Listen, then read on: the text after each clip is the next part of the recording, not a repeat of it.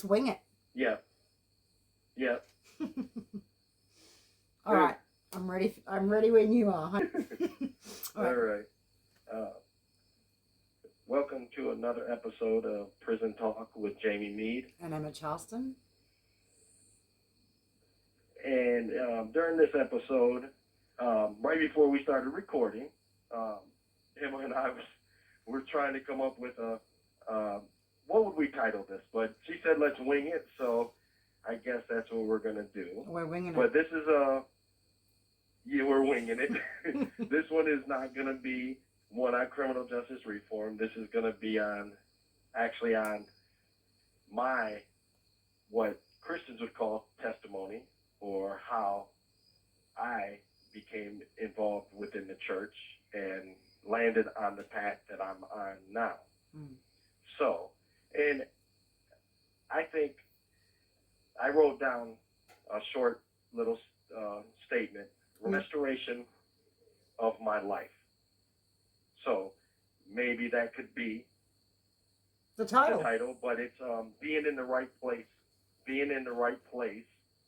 to find God. And I say that because I don't have this magical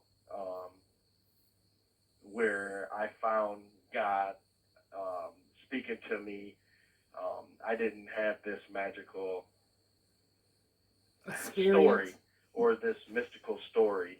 I didn't have that. My testimony or my path came to me by who I believe God put in my path to get me to where I'm at now. Mm. And it was not a quick journey. It just didn't snap and it happened, and it just didn't occur like you will hear a lot of times within churches or when people speak at meetings about how they found their Christian path or their religious path. So but my path started, yes. I was going to say, so when you say what was put in your path, you just mean each individual that affected you negatively or positively and it moved you in a particular direction. Yes, and I felt those individuals were placed there for a reason, because things just started happening, things started occurring, and it wasn't, and I'm not going way back to 1999 or 2005 or none of those. It hasn't been that long for me. Yeah, and I've been learning as I've been going, especially since I've been in seminary. Yeah. Because at one time, just recently, I was questioning, how am I going to connect theology or being an ordained minister for the United Church of Christ with criminal justice or my advocacy work? Yeah. Didn't know, but then I realized, and we will get to that. But my path really started developing when Pastor Deb Conrad came into my life when she moved from Lexington, Kentucky up to Flint, Michigan to take over or to become the senior pastor of the Woodside Church of Flint, which is now the People's Church of Flint. Mm-hmm. And she's a really good friend of someone I've met and befriended and became close to, and that was Carol Kramer, the director of the Davis Potter Scholarship Fund, where I ended up being granted twice a scholarship from them for my pursuit of education of my bachelor's degree. Yeah. And we were the first group of prisoners to be given that. And I developed a good friendship. And Carol Kramer is an activist for social justice. And she's even visited me several times. And she does a lot within the United States with the Davis Potter and other movements. Yeah. So, and actually, I was not baptized until July 22nd, 2014. And that was that was more of an opportunity. It wasn't my It wasn't a where I heartfelt. was really, yeah, it wasn't where I found myself. But I do look at that as a major step Mm. in my walk. Yeah. So, and I throughout the time at the Thumb Correctional Facility when I was baptized, this is when I started communicating with Pastor Deborah Conrad. Yeah. And we started through JPays, we started through letters, and she never came across very strongly, like you would think a pastor or anyone with throwing Bible verses at you. Yeah. She wasn't like that. She was an activist. Yeah. And I was just amazed at the work she did, and she did it as a senior pastor. Yeah. And I mean social justice, criminal justice reform, and then I started learning about the United Church of Christ, the American Baptist, and so it gave me a slow walk that started to develop. Yeah. And the first time I met her, I was actually transferred from the Thumb Correctional Facility to the Muskegon Correctional Facility, and that's when I had first met her. She came to visit me. Yeah.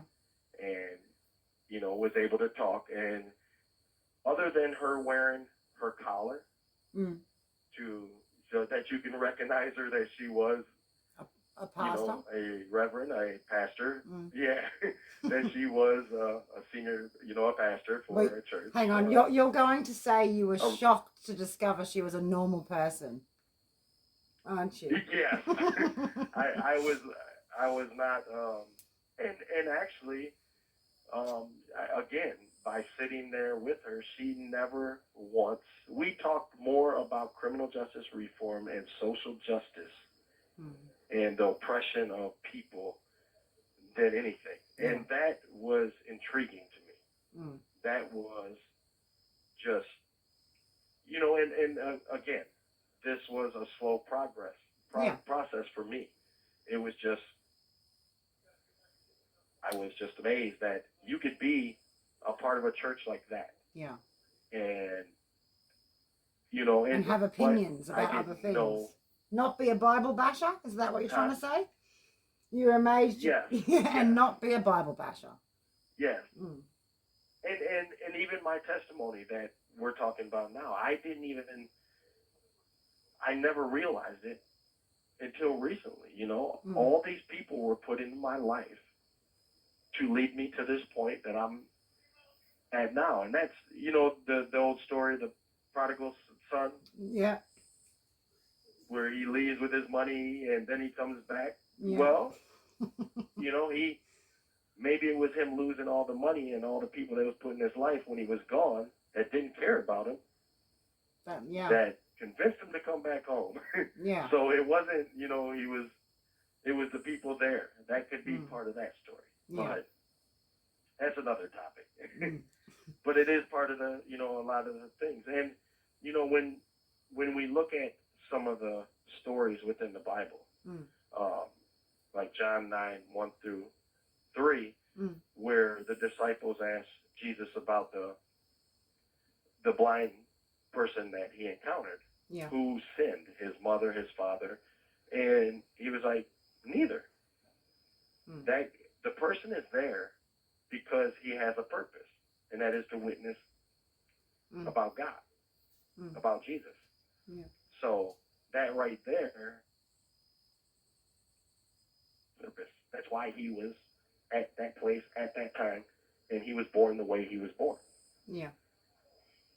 So I think, and that's when we look at some of the other stories,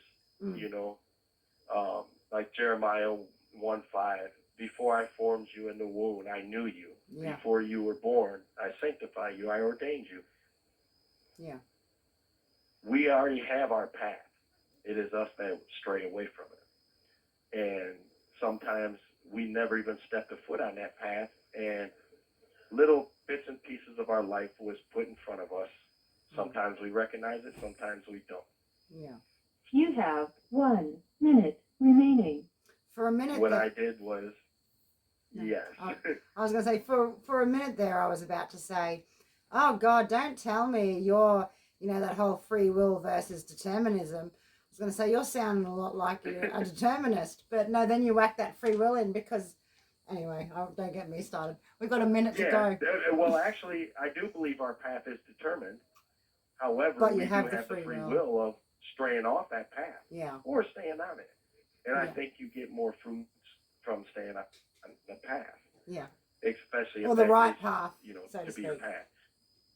But we only have a couple more seconds left, so we will continue this episode on the next phone call, and that'll be good. Hopefully, you guys listen to it, and listen to Emma. And I want everyone to know Emma's not a Christian. Nuh-uh.